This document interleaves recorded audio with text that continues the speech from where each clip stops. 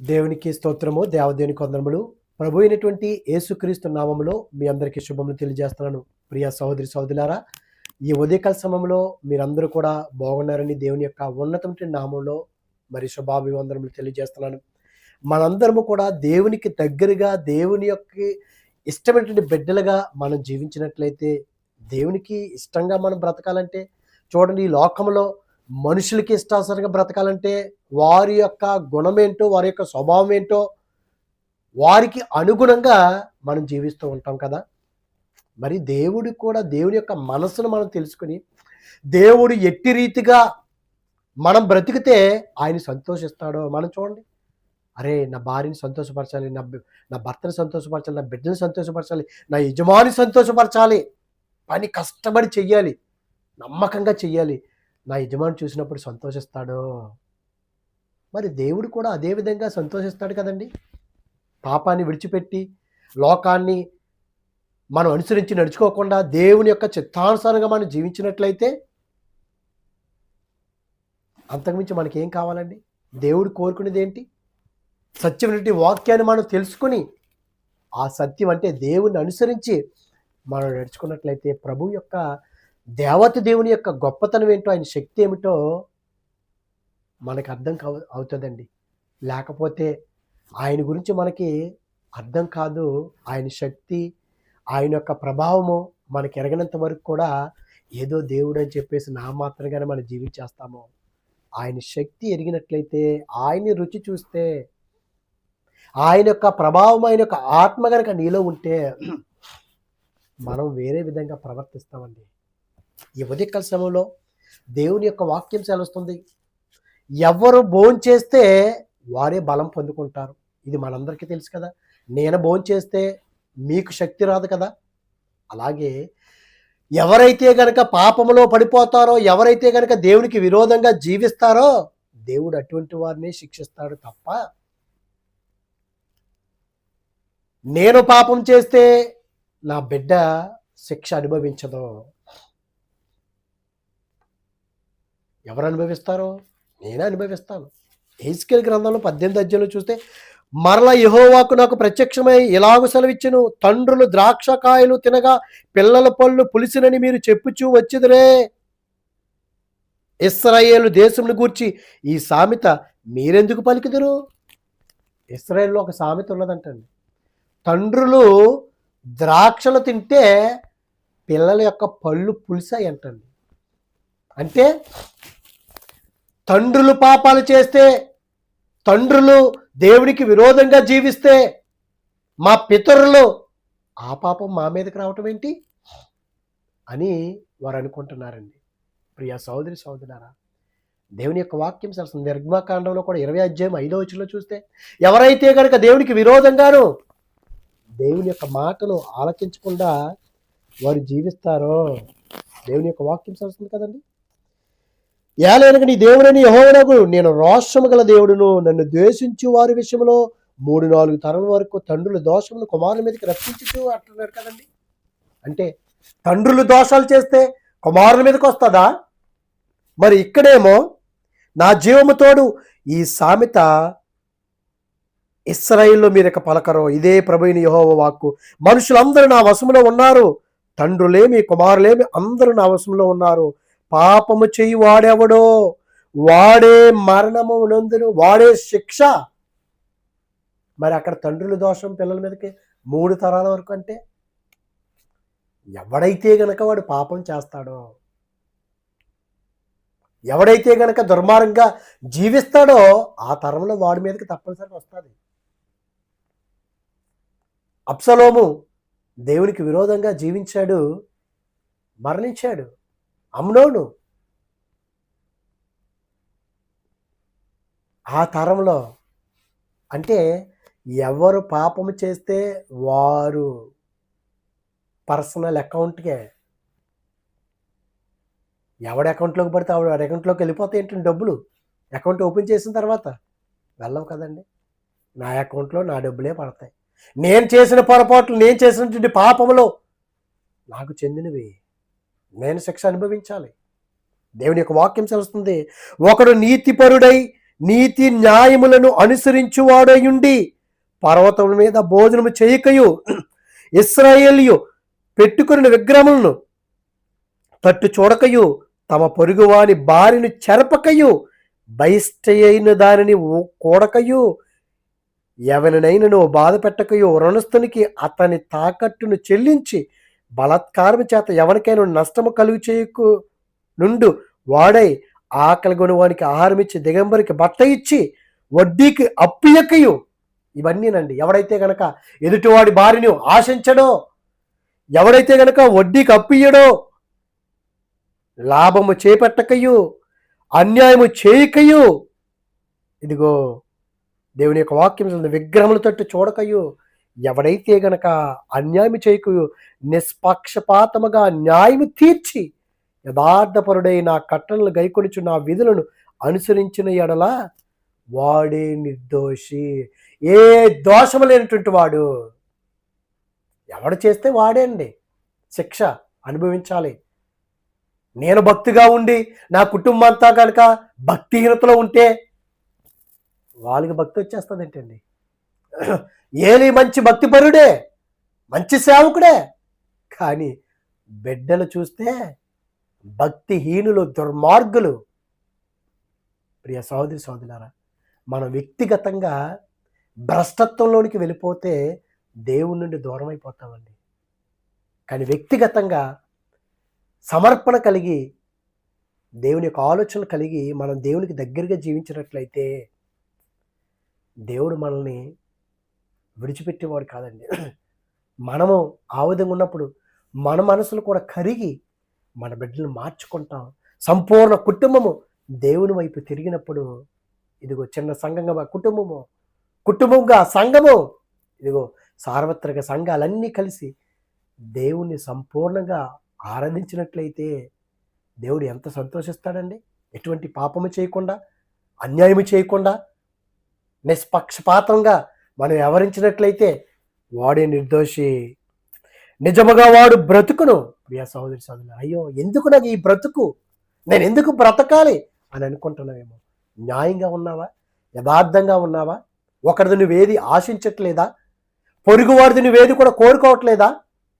నువ్వు వడ్డీకేకుండా నీకున్న దాంట్లోనే దిగంబరిగా ఉన్నవాడికి బట్టనిస్తున్నావా? ఆకలి ఉన్నవాడికి ఆహారం పెడుతున్నావా? అన్నీ ఇక్కడ ఉన్నాయి. ఆహారం ఇచ్చి, ఆకలిగా ఉన్నవాడికి ఆహారం ఇచ్చి, దిగంబరికి బట్ట ఇచ్చి, వడ్డీకి అప్పియకయు. అప్పి మంచిదే, వడ్డీకి కాదు. అలా చేస్తే దేవుడిని ఆస్వాదిస్తా అంటున్నాడు. నువ్వు నిర్దోషివి, దేవుడు సాక్ష్యం చెప్తున్నాడండి. అట్టి సాక్షిగా కనుక నీవు నేను ఉండినట్లయితే దేవుడు ఎంత సంతోషిస్తాడండి. దేవుడికి కావాల్సింది అటువంటి వారే బ్రతుకుతారు. నువ్వు నీతిగా ఉంటే, యథార్థంగా ఉంటే సమస్త కార్యములైన చేస్తాడండి. ఇదే ప్రభువైన యెహోవాకు అయితే ఆ నీతిపరునికి కుమారుడు పుట్టగా వాడు బలాత్కారం చేయువాడై ప్రాణహానికరుడై చేయరాని క్రియల్లో దేనినైనను చేసి చేయవలసిన మంచి క్రియల్లో దేనినైనను చేయకయుండిన ఎడలా. మంచి క్రియలు చేయవలసి ఉంది, వాడు చెయ్యకపోతే. ఒక మంచి తండ్రికి చెడ్డ కుమారుడు పుట్టాడు, చెడు క్రియలు చేస్తున్నాడు నీతిమంతుడు తండ్రి. ఆ బిడ్డేమో ఇష్టానుసారంగా బ్రతుకుతున్నాడు. ప్రాణహానికరుడంట. నీతిపరునికి కుమారుడు పుట్టగానంట. చెయ్యవలసిన మంచి క్రియల్లో దేనినైనను చేయకయుండినేడలా అనగా పర్వతముల మీద భోజనము చేయుటయు, తన పొరుగువాని బారిని చెరుపుటయు, దీనులను దరిద్రులను బాధపెట్టి బలాత్కారం చేత నష్టము కలుగు చేయుటయు, తాకట్టు చెల్లింపుటయు, విగ్రహముల తట్టు చూచి హేయ కృత్యములు జరిగించు. ఇవన్నీ ఎవరు మాట్లాడుతున్నారు? ఎహెజ్కేలు గారు మాట్లాడుతున్నారండి చెరలో ఉన్నటువంటి వారితోటి. ఇదిగో మా పితరులు చేసినటువంటి పాపం, మా తండ్రులు చేసిన పాపం మా మీదతో పెట్టేసి మమ్మల్ని ఇక్కడ చెరలో పెట్టేసినట్టు కాదు. మీరు కూడా దేవునికి విరోధంగా జీవించారు. మీ క్రియలు చెడ్డ క్రియలు. మీరు నీతిమంతులా? మీరే రక్షించబడతారు. అట్టి దేశములో అన్నాడు అందరూ పాపులే, అందులో 3 నీతిమంతులు ఉన్నారు. నోవహు గారు కానీ, దానియేలు గారు కానీ, యోబు గారు కానీ, వారు మాత్రమే రక్షించబడతారు. వారిని బట్టి వారి స్నేహితులు, వారి కుటుంబస్తులు కాదు. ఎంత గొప్ప భాగ్యం అని ప్రియ సహోదరి సహోదరులారా. ఎక్కడైనా సరే నీతిగా, న్యాయంగా, యథార్థముగా, నిష్పక్షపాతముగా మనం బ్రతికితే ఇదిగో మన వ్యక్తిగత ఆ భ్రష్టత్వంలోకి వెళ్లకుండా దేవునికి దగ్గరగా జీవిస్తే, నువ్వు మంచిగా ఉంటే, ఆరోగ్యంగా ఉంటే నీకే కదా చక్కగా నడవగలవు, తిరగగలవు, పనులు చేసుకోగలవు, అన్నీ కూడా చేసుకోగలుగుతావు.